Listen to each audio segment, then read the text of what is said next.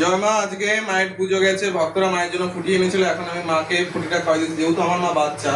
তো ভক্ত যা দেয় মাকে, মা তাই গ্রহণ করে বাচ্চার মতন। বাচ্চারা যেমন ফুটি, থামস আপ, ক্যাডবেরি এইসব খেতে ভালোবাসে, তখন মাকেও সবাই দেয়। এখন আমি মাকে খাওয়াই দিচ্ছি। নাও মা, আমার যেহেতু আর এক মা আছে, আর এক মাকে আমার খাওয়াই দিতে হয়। তোমরাও যদি চাও তোমাদের মনে ইচ্ছা পূর্ণ করতে পারো, মায়ের কাছে মাকে খাওয়া দিতে পারো। জয় মা।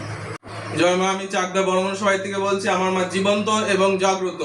মায়ের কাছে এসে কেউ খালি হাতে ফেরে না। পশ্চিমবঙ্গের মধ্যে আমার মা একমাত্র, যার কাছে আসতে পয়সা করে লাগে না।